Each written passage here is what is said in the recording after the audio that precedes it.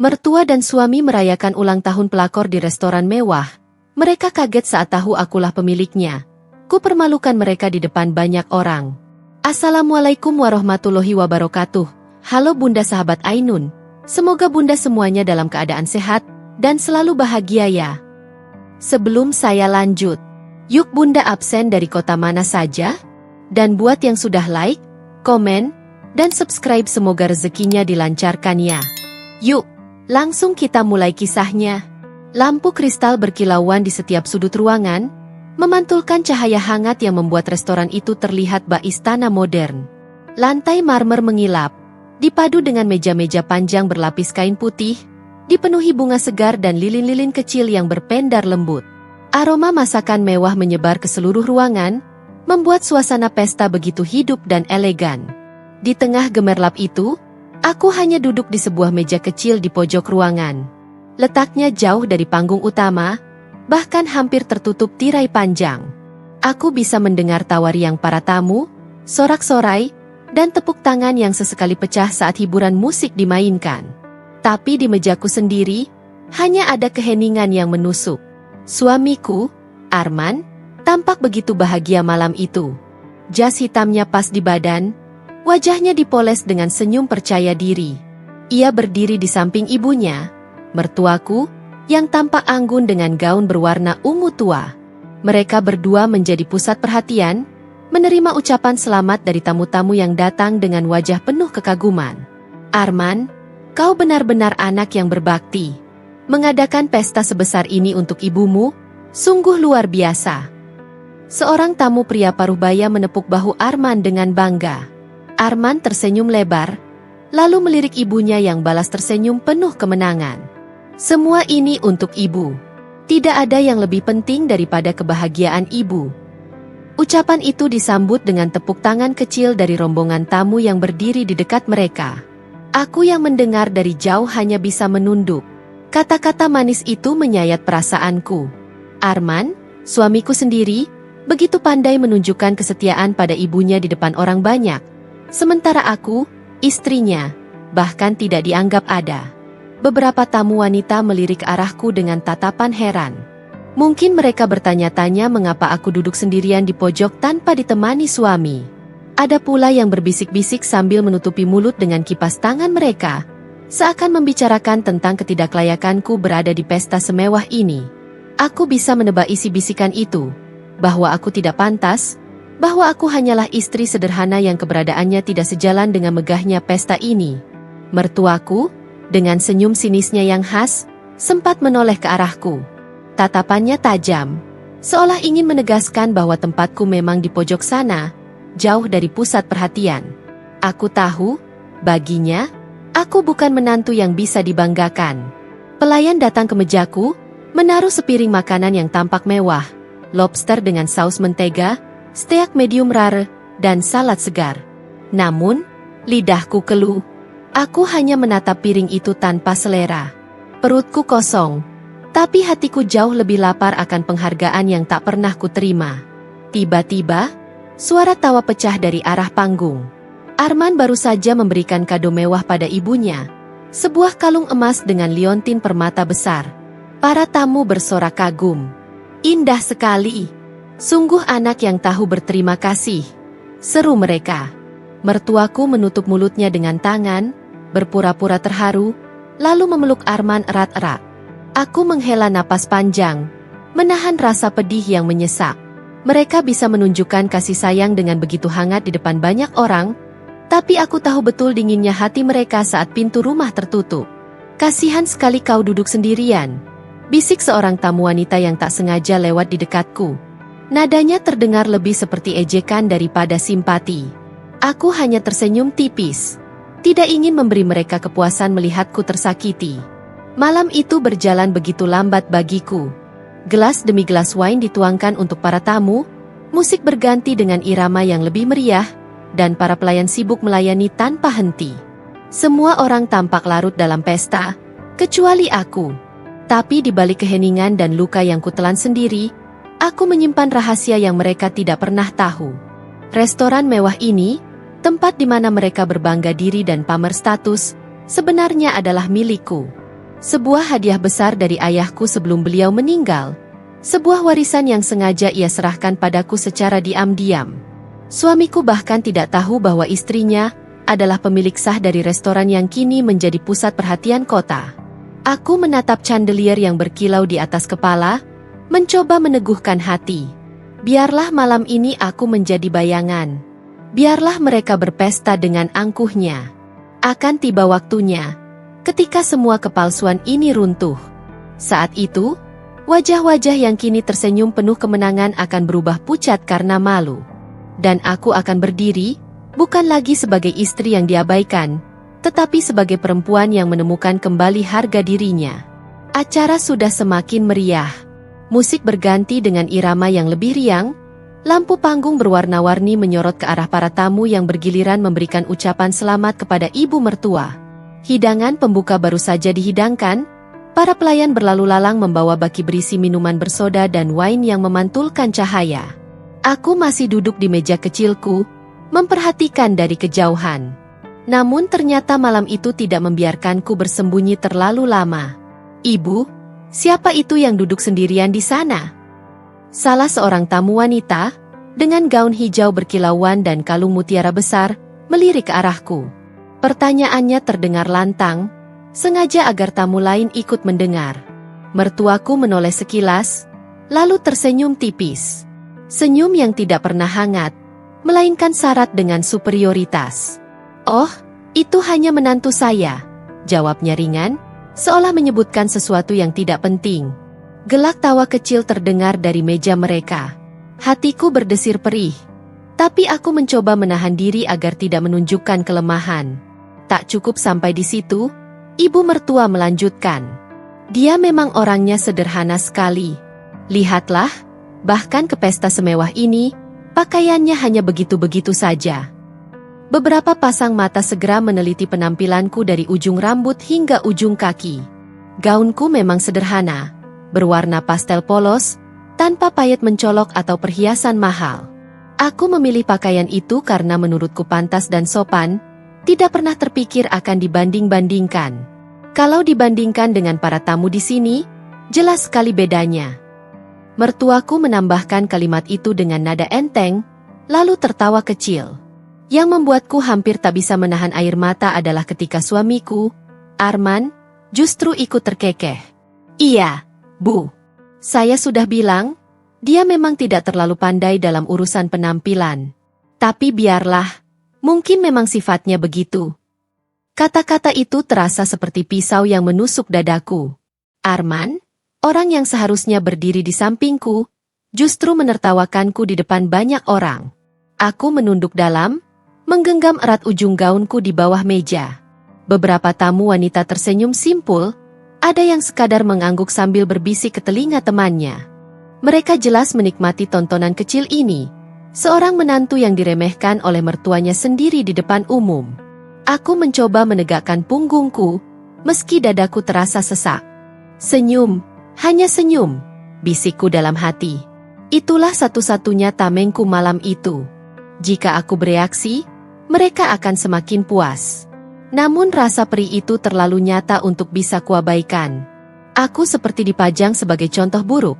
Istrinya Arman yang sederhana, tak sebanding dengan kemewahan pesta, dan tidak pantas bersanding di lingkaran sosial mereka. Tatapan sinis mertuaku kembali menghujam.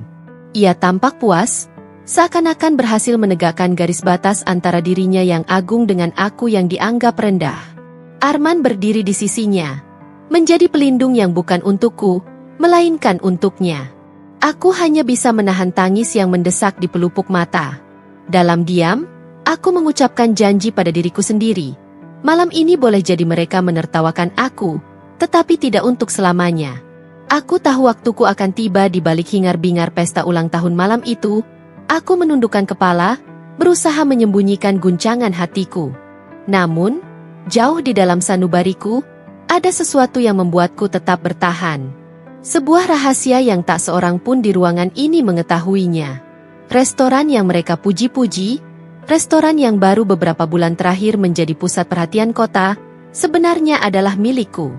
Aku masih ingat dengan jelas, hari ketika ayah memanggilku ke ruang kerjanya, beberapa hari setelah pesta pernikahanku. Ruang kerjanya penuh dengan aroma kayu jati, tumpukan buku manajemen, dan piala-piala penghargaan bisnis yang berderet di rak. "Ayah tidak ingin kamu hanya bergantung pada suamimu," katanya waktu itu, menatapku dengan sorot mata penuh kasih. "Dalam hidup rumah tangga, tidak ada yang bisa menjamin kebahagiaanmu selain dirimu sendiri. Karena itu, ayah hadiahkan restoran ini untukmu. Kelola dengan bijak, dan jadikan ini sebagai pegangan, nak." Aku terdiam, tak mampu berkata-kata. Air mataku mengalir begitu saja. Di balik kelembutan kata-katanya, aku tahu ayah ingin melindungiku dari segala kemungkinan terburuk. "Tapi ayah, kalau Arman tahu," suaraku bergetar. Ayah menggeleng pelan. "Biarkan ini jadi rahasiamu dulu. Lihatlah siapa suamimu sesungguhnya. Jika dia tulus, dia akan membanggakanmu apa adanya. Jika tidak, maka setidaknya kamu punya sesuatu untuk berdiri di atas kakimu sendiri." Kata-kata itu menancap begitu dalam di hatiku. Dan kini, duduk di pesta mewah yang ironisnya berlangsung di restoranku sendiri, aku sadar betapa bijaknya ayah menyiapkan segalanya. Aku sengaja merahasiakannya dari Arman. Bukan karena aku tak percaya, tapi karena setiap kali aku mencoba membuka diriku padanya, ia selalu menunjukkan wajah dingin dan sikap meremehkan. Baginya, aku hanyalah istri yang harus mengikuti aturan ibu mertuanya, tak lebih. Bagaimana mungkin aku bisa mengungkapkan bahwa aku memiliki sesuatu yang jauh lebih besar daripada sekadar istri yang sederhana? Malam ini, saat kulihat Arman dan ibunya berlenggok di antara para tamu, menerima pujian seolah merekalah pemilik segalanya, aku nyaris tertawa getir. Mereka tak tahu, setiap sudut ruangan ini, setiap chandelier yang bergemerlap, bahkan seragam para pelayan yang sedang sibuk melayani tamu, ada di bawah pengawasanku. Aku mendongakkan kepala, menatap dinding restoran yang dihiasi lukisan modern. Semua itu dipilih olehku sendiri bersama tim desain interior. Setiap detail ruangan ini adalah bagian dari keputusanku. Bahkan menu-menu mewah yang kini dielu-elukan tamu, aku ikut menandatanganinya sebelum resmi dirilis. Namun aku memilih diam. Aku memilih membiarkan mereka larut dalam kebanggaan palsu. Aku ingin melihat sampai sejauh mana mereka berani meremehkan aku, sementara aku sebenarnya berdiri lebih tinggi dari yang mereka bayangkan. Hati kecilku berbisik, "Sabar, akan tiba waktunya." Ketika waktunya tiba, bukan aku yang akan merasa malu, melainkan mereka yang kini berdiri dengan angkuh di tengah panggung. Aku menatap gelas air putih di hadapanku, menarik napas panjang. Seteguk demi seteguk, aku berusaha menenangkan diri. Restoran ini bukan sekadar bangunan.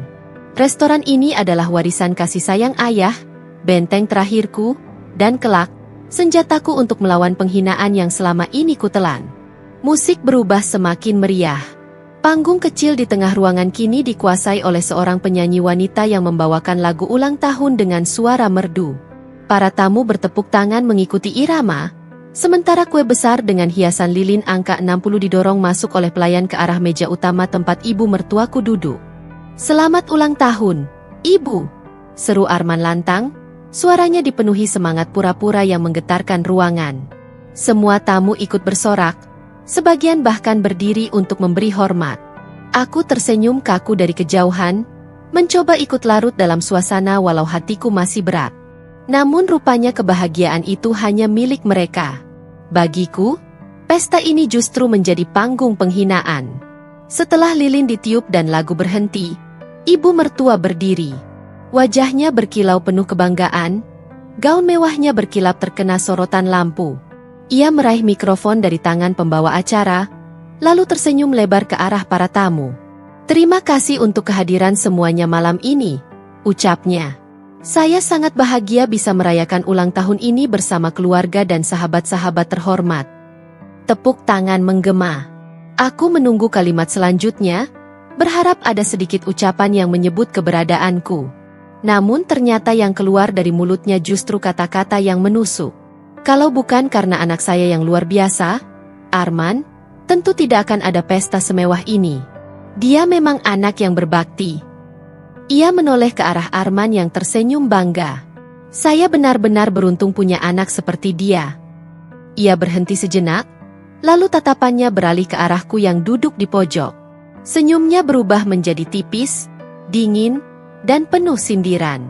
Ah, dan tentu saja, menantu saya juga hadir malam ini. Dia memang bukan siapa-siapa. Tapi untunglah anak saya masih berbesar hati untuk merawat dan membiayai kehidupannya. Iya kan? Tawa pecah di ruangan.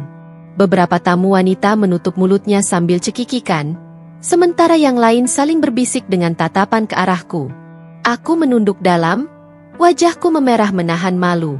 Arman, yang berdiri di samping ibunya, malah tertawa kecil. Ibu ini ada-ada saja, katanya sambil menepuk bahu ibunya. Tapi memang benar, Ibu. Saya selalu ingin jadi sandaran hidup untuk dia. Kalau bukan saya, entah bagaimana dia bisa bertahan. Gelombang tawa yang lebih keras kembali menggema. Suara mereka menusuk telingaku, lebih keras dari dentuman musik apapun. Aku berusaha menahan air mata yang menggenang, menekuk jariku di bawah meja sampai terasa sakit. Aku tidak boleh menangis di depan mereka. Tidak di malam ini. Salah seorang tamu pria menimpali dengan nada bercanda. Wah, Arman, kau memang suami idaman. Tidak hanya sukses, tapi juga dermawan. Betul sekali, sambung seorang wanita. Istrimu beruntung sekali bisa bersamamu. Kalau aku jadi dia, pasti akan berterima kasih setiap hari. Tawa lagi. Suara mereka terdengar seperti nyanyian ejekan yang menghina harga diriku. Aku mendongak perlahan, menatap panggung dengan pandangan kabur. Ibu mertua tersenyum puas, jelas menikmati sorak-sorai yang ia ciptakan. Arman berdiri gagah, seolah dialah pahlawan sejati. Dan aku hanya menjadi bahan olok-olok, bayangan yang dipermalukan di hadapan orang banyak. Namun dalam diam, hatiku berbisik lirih. Kalian boleh tertawa malam ini. Tapi suatu hari nanti, tawa itu akan berubah menjadi tangis penyesalan. Aku menegakkan punggungku, menelan semua hinaan dengan genggaman erat di pangkuanku. Air mataku akhirnya jatuh juga. Tapi aku segera menyekanya cepat-cepat agar tak ada yang melihat. Malam itu, pesta ulang tahun yang penuh nyanyian dan kemewahan berubah menjadi panggung luka yang tak akan pernah kulupakan. Di tengah riuh rendah tawa para tamu, aku masih duduk dengan diam. Dari kejauhan, kulihat ibu mertua masih menikmati panggungnya, sementara Arman berdiri di sampingnya dengan wajah penuh kebanggaan. Mereka dikerumuni banyak orang, menerima pujian yang tiada henti. Namun di saat aku menahan air mata, tiba-tiba seorang pria berjas rapi menghampiriku. Ia menunduk sopan, suara musik yang keras membuatnya harus mendekat ke telingaku. Bu, semua sudah sesuai permintaan Anda, bisiknya pelan. Kejutan yang ibu pesan sudah kami siapkan. Tinggal menunggu waktu saja. Aku menoleh, menatapnya. Wajahnya adalah wajah yang sangat kukenal. Pak Dimas, manajer restoran ini. Ia yang selama ini bekerja langsung di bawah pengawasanku, orang kepercayaanku sejak ayah menyerahkan restoran ini padaku. Aku tersenyum samar. Senyum yang berusaha kutahan agar tak terlihat oleh siapapun. Bagus. Pastikan semuanya berjalan sesuai rencana, bisikku kembali. Pak Dimas mengangguk cepat, lalu melangkah pergi tanpa menarik perhatian. Detik itu, hatiku berdebar lebih kencang. Bukan karena takut, melainkan karena penantian panjangku akhirnya hampir usai. Pesta ini, yang sejak awal hanya dipenuhi ejekan dan penghinaan, sebentar lagi akan menjadi panggung pengungkapan kebenaran. Aku mengangkat pandangan ke arah pintu restoran. Tepat pada saat itu, pintu besar dari kaca dibuka oleh dua pelayan. Seseorang melangkah masuk dengan aura berbeda dari tamu-tamu lain. Seorang pria paruh baya, berpenampilan sederhana tapi berwibawa. Wajahnya asing bagi sebagian besar tamu, tapi tidak bagiku. Dialah tamu misterius yang kusuruh datang malam ini. Beberapa kepala mulai menoleh, heran melihat kedatangannya. Ia tidak mengenakan pakaian pesta mewah, hanya kemeja putih bersih dan jas abu-abu polos. Namun sorot matanya tenang, langkahnya mantap, seolah ia membawa sesuatu yang lebih berharga daripada perhiasan siapapun di ruangan itu. Ia berjalan langsung ke arahku, melewati kerumunan tamu yang seketika memberi jalan. Beberapa orang berbisik-bisik, bertanya-tanya siapa dia. "Selamat malam, Nyonya." Sapanya begitu tiba di mejaku. Ia membungkuk hormat. "Semua sudah siap sesuai instruksi Anda. Apakah Anda ingin saya menyampaikannya sekarang?" Seketika, beberapa pasang mata langsung menoleh ke arah kami. Tatapan penasaran mulai menyeruak. Aku tahu, kebersamaan kami sudah menarik perhatian, termasuk Arman dan ibu mertuanya yang mulai melirik ke arahku dengan alis berkerut. Aku tersenyum tipis, menegakkan tubuhku dengan tenang. "Nanti saja. Tunggu sampai waktunya tepat," jawabku pelan. Pria itu mengangguk, lalu berdiri di samping meja seolah menjadi pengawalku. Kehadirannya membuat beberapa tamu semakin bertanya-tanya. Suara bisikan mulai terdengar, makin lama makin jelas. Siapa dia? Kenapa dia menghormati perempuan itu? Sepertinya bukan tamu biasa. Aku menunduk sedikit, menyembunyikan senyum yang hampir pecah di bibirku. Inilah momen yang kutunggu. Perlahan tapi pasti, perhatian mulai bergeser. Dari panggung penuh kemewahan yang dikuasai ibu mertua dan suamiku, menuju sudut ruangan yang tadinya dianggap tidak penting, mejaku. Aku tahu, sebentar lagi semua akan berubah. Hening tiba-tiba menyelimuti ruangan. Dentuman musik yang tadinya riang langsung terdengar seperti terputus di udara.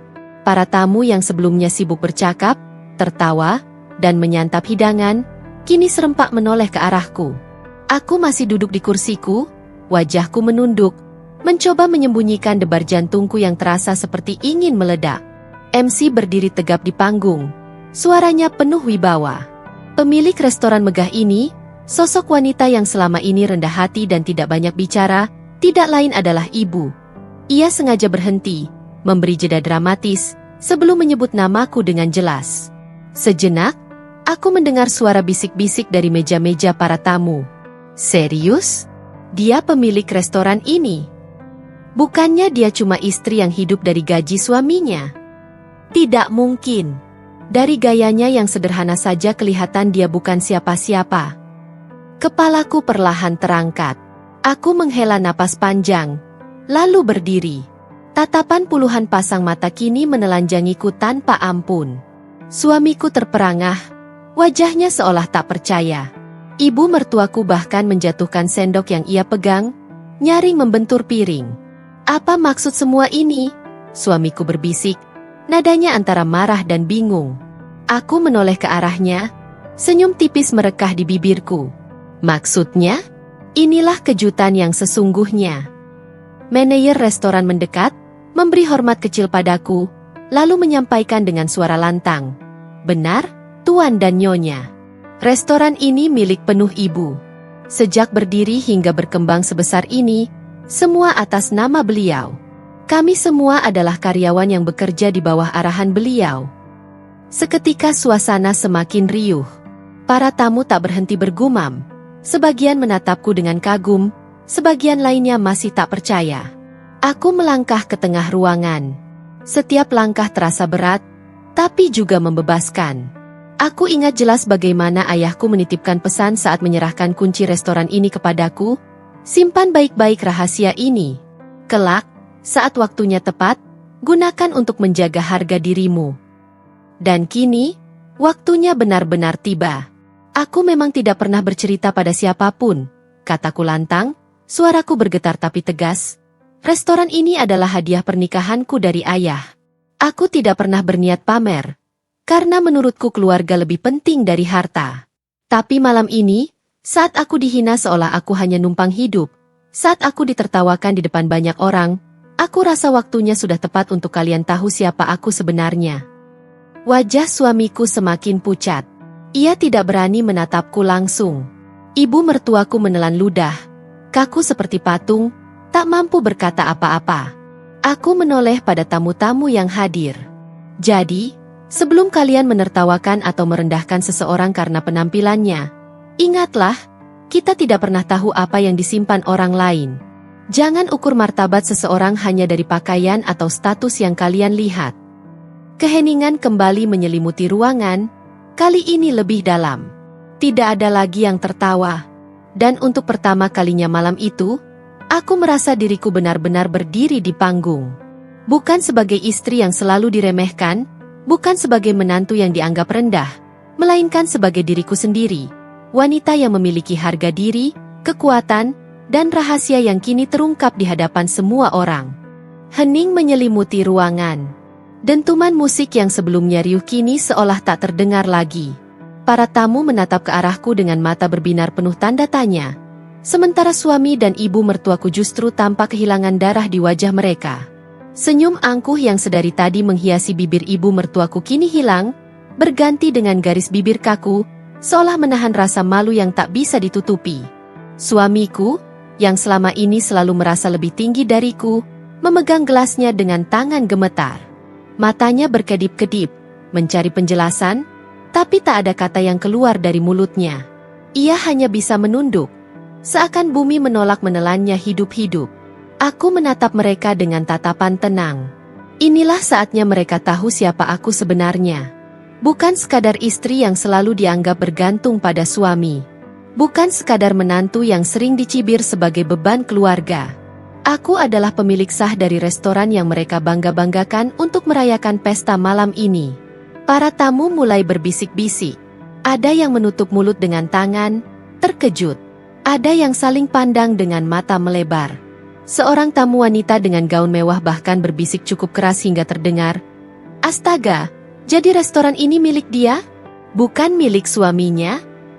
Aku menegakkan tubuhku, menatap satu persatu tamu undangan, lalu kembali pada suami dan ibu mertua. Ya, kataku lantang, suaraku terdengar jelas meski ruangan penuh orang. Restoran ini memang milik saya. Hadiah dari ayah saya saat pernikahan. Selama ini saya diam, bukan karena tidak mampu bicara, tapi karena ingin tahu sejauh mana kalian memandang rendah saya.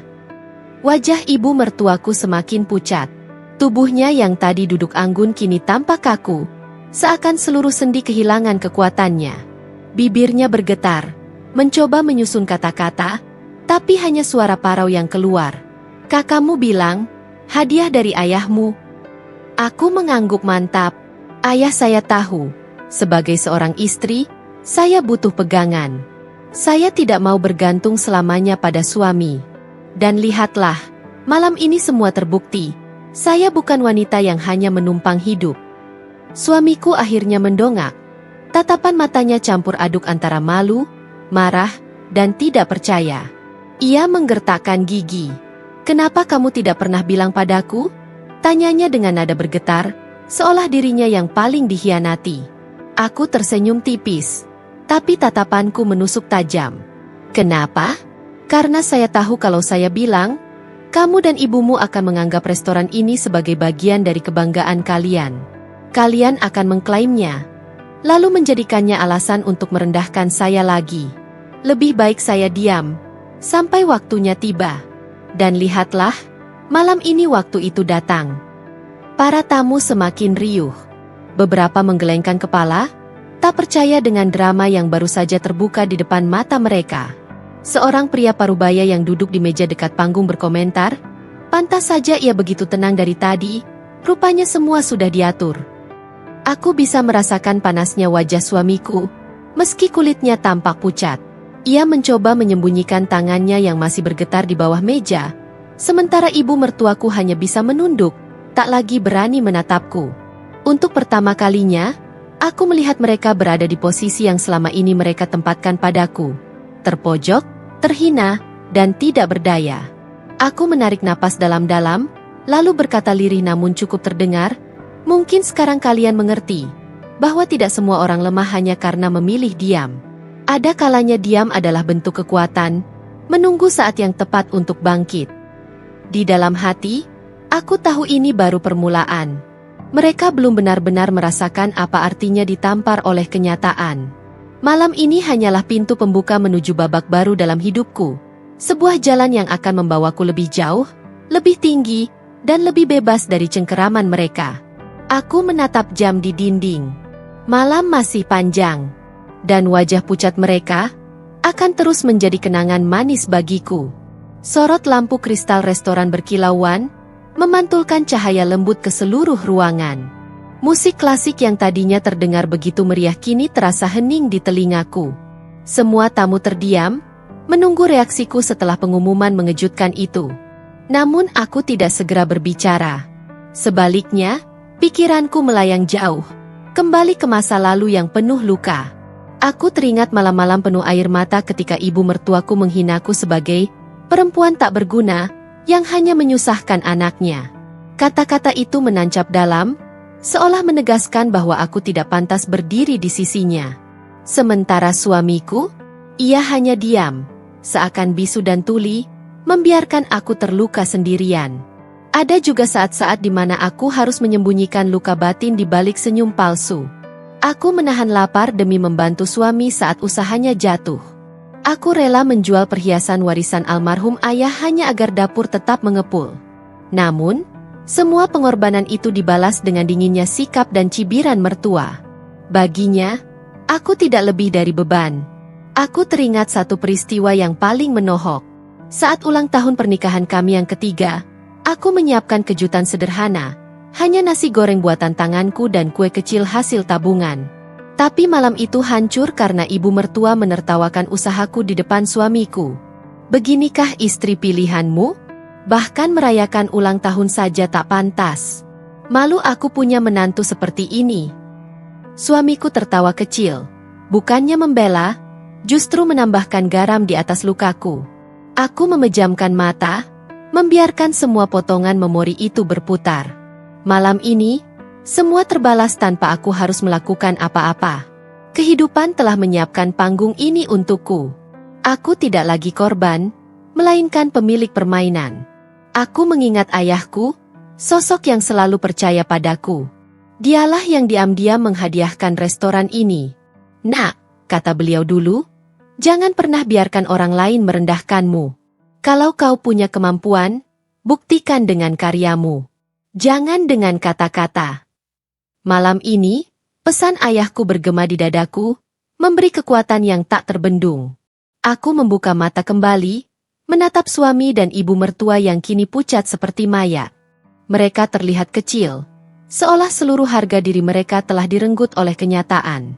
Aku tidak perlu berteriak, tidak perlu membela diri. Kenyataan itu sudah cukup menusuk mereka lebih dalam dari 1000 kata.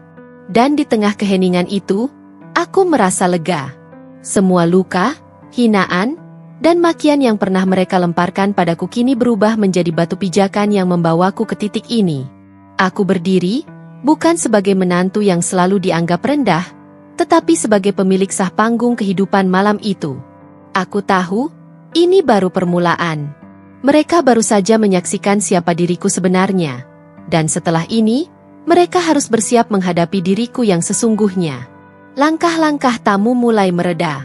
Suara musik pesta telah berhenti, hanya tersisa dentuman halus dari pengeras suara yang belum dimatikan. Aroma wangi bunga yang menghiasi ruangan masih menguar, bercampur dengan rasa pahit dalam dadaku. Semua yang tersisa hanyalah kami bertiga. Aku, suamiku, dan ibu mertuaku. Suamiku mencoba memecah keheningan. "Sayang, aku bisa jelaskan," katanya lirih, suaranya nyaris bergetar. Bibirnya yang tadi begitu mudah mengumbar senyum di depan orang-orang kini tampak kaku. Tangannya hendak meraihku, seolah berharap bisa menarikku kembali pada peran lama, istri penurut yang bisa dipaksa memaafkan tanpa perhitungan. Aku menatapnya datar. "Jelaskan apa? Bahwa aku hanyalah pajangan bagimu? Bahwa kau tak pernah benar-benar melihat siapa aku? Atau kau ingin jelaskan mengapa selama ini kau dan ibumu menganggapku tak pantas, padahal tanpa aku, kau bahkan tak bisa duduk di kursi yang kau banggakan?" Ibu mertuaku tersentak. Wajahnya yang masih menyimpan sisa riasan pesta berubah tegang. "Jaga bicaramu. Kau istri anakku. Jangan besar kepala hanya karena restoran ini milikmu. Apa kau pikir itu membuatmu lebih tinggi dariku?" Aku tersenyum tipis, tapi mataku tetap menusuk tajam. "Bukan soal siapa lebih tinggi, Bu. Ini soal siapa sebenarnya yang punya harga diri. Aku diam bukan berarti aku kalah. Aku menahan bukan berarti aku lemah. Malam ini, semua orang sudah lihat kenyataannya. Dan sejujurnya, aku sudah tidak peduli lagi pada permainan kalian. Suamiku panik, menoleh ke ibunya, lalu kembali padaku. Kita bisa bicarakan ini di rumah. Jangan di sini, banyak yang masih bisa mendengar. Aku menggeleng perlahan. Tidak ada lagi rumah untuk kita bicarakan. Apa yang ingin kau sembunyikan sudah terbuka. Apa yang selama ini kau remehkan, kini menelanmu bulat-bulat. Dan aku sudah terlalu letih untuk kembali mengulang siklus memaafkan. Keheningan menelan kami lagi. Hanya terdengar bunyi sendok yang jatuh dari salah satu meja kosong, mungkin disentuh pelayan yang sedang membereskan sisa pesta. Aku melangkah ke arah pintu keluar. Setiap langkah terasa berat tapi juga membebaskan. Di belakangku, aku mendengar suara ibu mertua yang bergetar antara panik dan marah. Kau akan menyesal. Perempuan tanpa suami itu tak akan dihargai. Jangan kira uang dan restoran bisa menghangatkanmu saat malam-malam sepi. Aku berhenti sejenak, lalu menoleh. Tatapanku tajam menusuk ke dalam matanya yang penuh kebencian.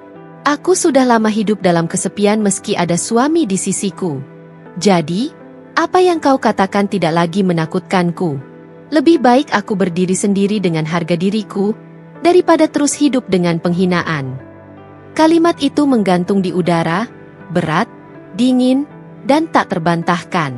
Suamiku jatuh terduduk di kursi, wajahnya tertutup kedua tangan. Ibu mertuaku gemetar, mencari kata-kata yang tak kunjung keluar.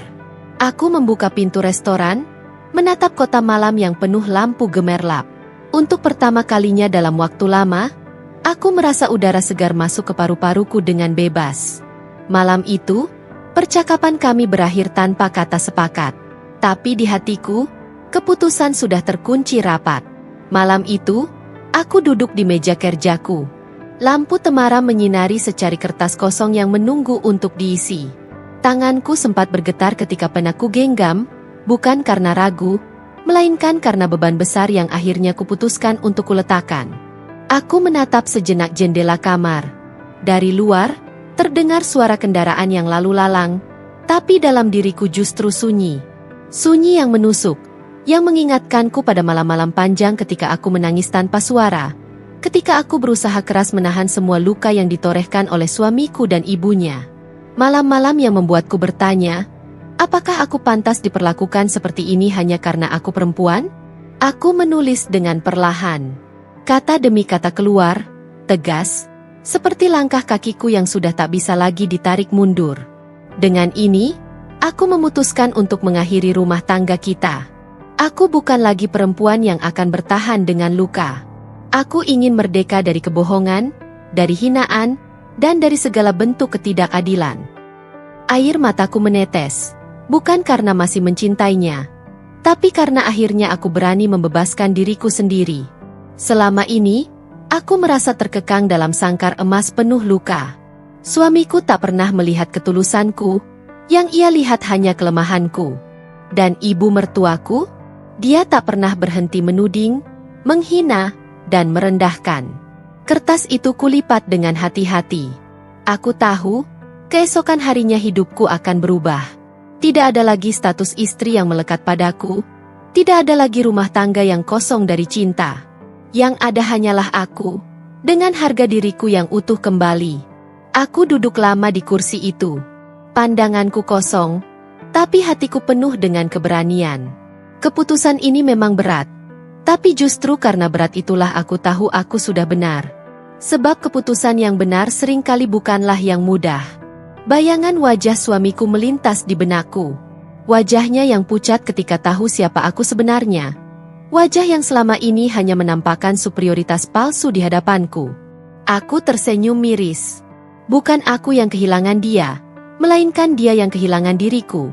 Wanita yang dulu pernah ia abaikan, kini berdiri di atas kakinya sendiri, bahkan lebih tinggi dari yang ia kira. Aku menutup mata, menarik napas panjang. Besok pagi, aku akan menyerahkan surat ini. Besok pagi, aku bukan lagi istrinya. Besok pagi, aku bebas.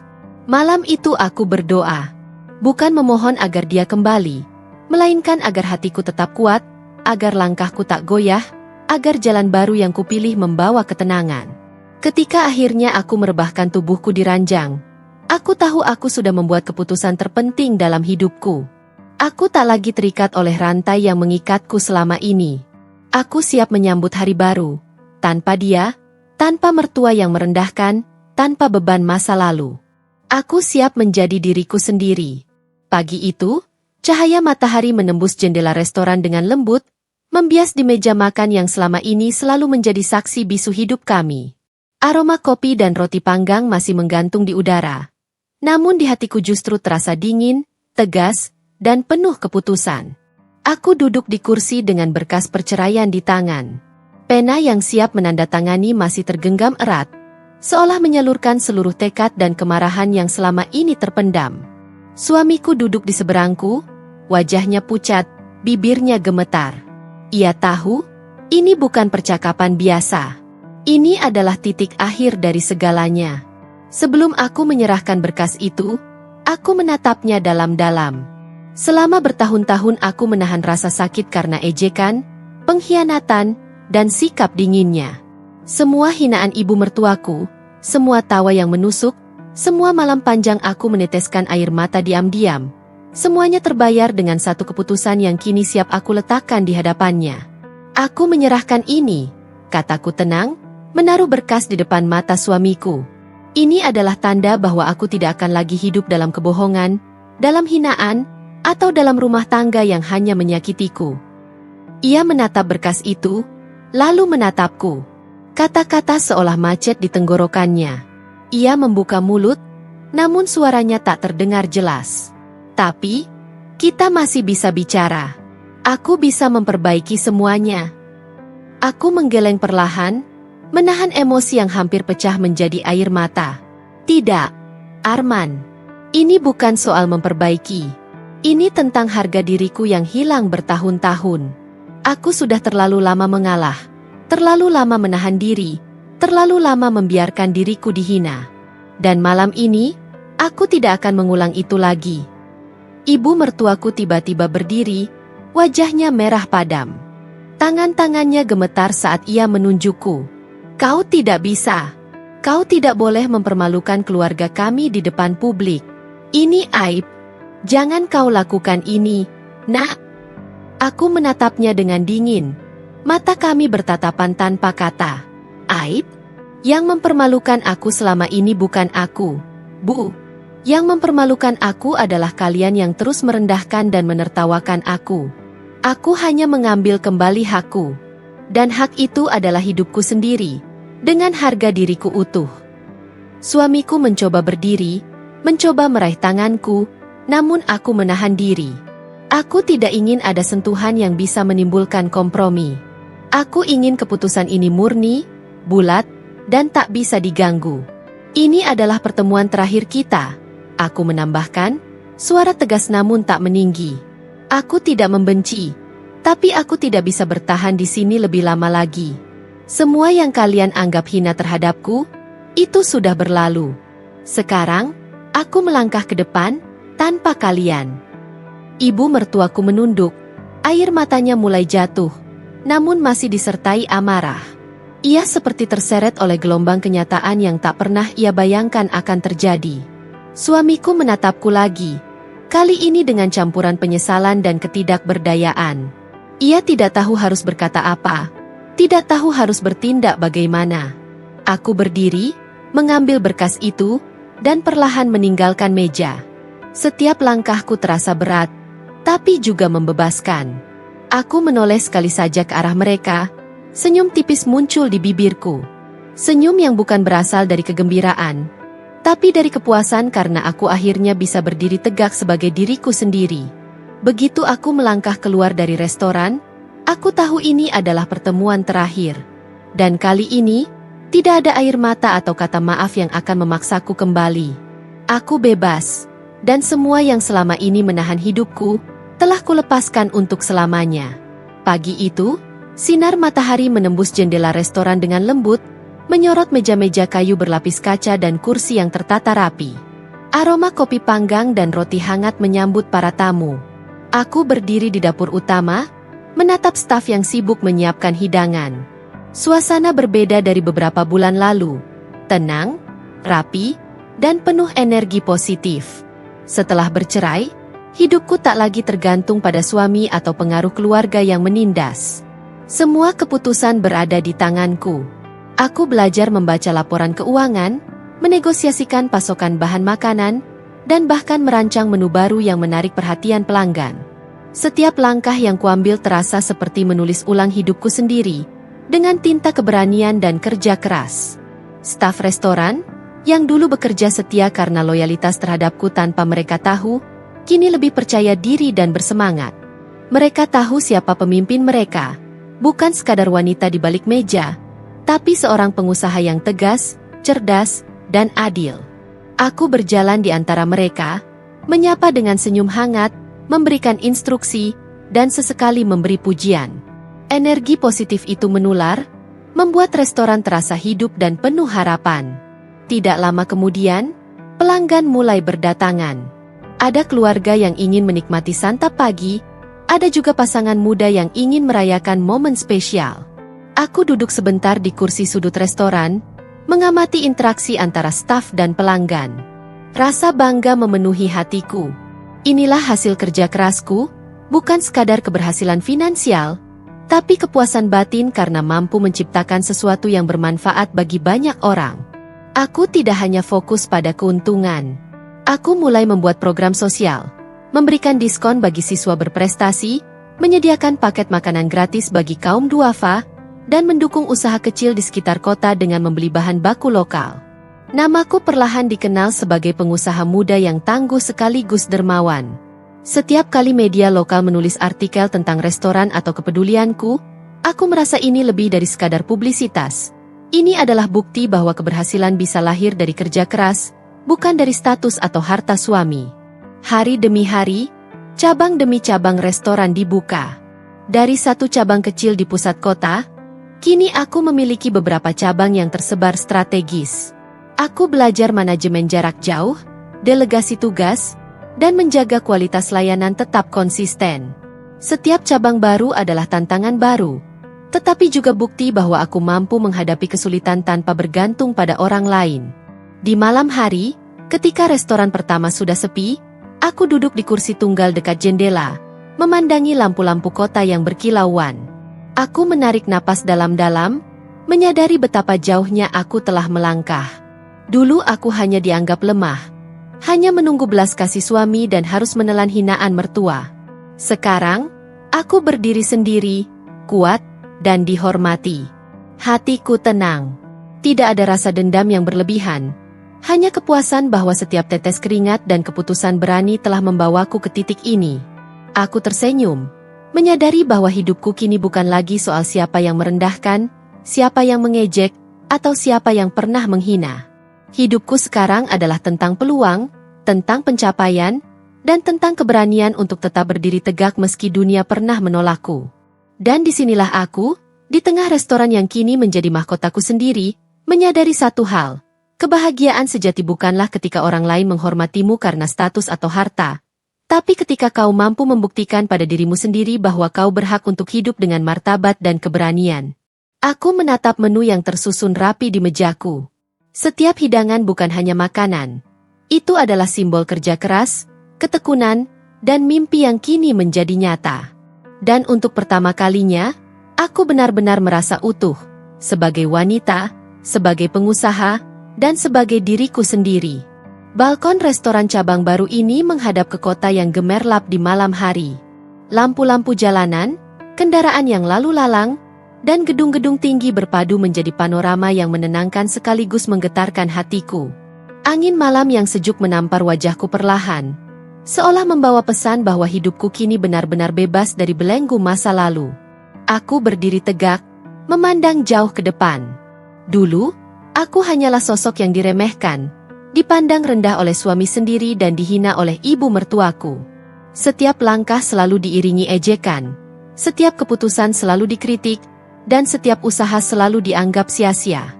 Namun malam ini, semua itu hanyalah bayangan yang tersapu jauh oleh cahaya keberhasilan dan keberanian yang kini kupunya. Mata ini menatap ke arah kota, namun pikiranku kembali sejenak pada wajah suami dan ibu mertua, Dua sosok yang selama ini menandai setiap luka dalam hidupku. Aku bisa membayangkan bagaimana mereka duduk di rumah, menatap kesunyian yang ditinggalkanku, menyesali setiap hinaan dan ejekan yang pernah mereka lemparkan padaku. Namun aku tak lagi merasakan dendam yang menggerogoti. Aku hanya merasa lega. Lega karena aku berhasil mengangkat diri dari kehinaan menjadi sosok yang dihormati, dicintai oleh karyawan dan pelanggan, serta percaya diri menghadapi dunia. Restoran ini, dari cabang pertama hingga yang terbaru ini, bukan sekadar bisnis. Ia adalah simbol perjalananku. Setiap meja, setiap kursi, setiap aroma hidangan, mengingatkanku pada malam-malam penuh air mata yang kini berubah menjadi batu pijakan kesuksesan. Aku tak lagi membutuhkan pengakuan dari mereka yang merendahkan. Aku tidak lagi menoleh ke belakang, karena masa depanku terlalu berharga untuk dihabiskan dengan penyesalan mereka. Aku menarik napas dalam-dalam, membiarkan angin malam menyapu seluruh ketegangan dalam tubuh. Di bawah cahaya lampu, aku tersenyum, bukan karena kemenangan materi, tapi karena harga diriku yang kini kembali sepenuhnya. Setiap tetes keringat, setiap keputusan berani, setiap risiko yang kuambil, semua terbayar lunas dengan rasa tenang dan bangga yang luar biasa. Di dalam hatiku, aku berbisik, aku sudah bebas. Aku sudah kuat. Aku adalah diriku sendiri. Dan untuk pertama kalinya, tidak ada rasa takut, tidak ada rasa terhina, dan tidak ada ketergantungan pada siapapun. Aku berdiri sebagai wanita utuh, mandiri, berani, dan berharga. Di kejauhan, lampu-lampu kota berkilau seperti bintang-bintang yang jatuh ke bumi. Aku menatapnya dan tersenyum lebih lebar. Suami dan mertua boleh menyesal, boleh merasa hancur karena kehilangan apa yang mereka anggap remeh. Tetapi aku melangkah ke depan dengan kepala tegak, hati tenang, dan harga diri yang tidak bisa diganggu-gugat. Malam itu, balkon restoran bukan hanya menjadi saksi keberhasilan usahaku, tapi juga saksi kembalinya harga diri seorang wanita yang dulu tersudut, namun kini bangkit lebih kuat dari sebelumnya. Aku tahu, hidup ini penuh tantangan, namun aku siap menghadapi semuanya. Sendiri, tegar, dan dengan senyum kemenangan yang tak ternilai harganya. Aku menatap langit malam, menelan rasa lega, dan membiarkan diri merasakan satu hal yang selama ini hilang, kebebasan yang sesungguhnya. Dan malam itu, untuk pertama kalinya dalam hidupku, aku merasa lengkap.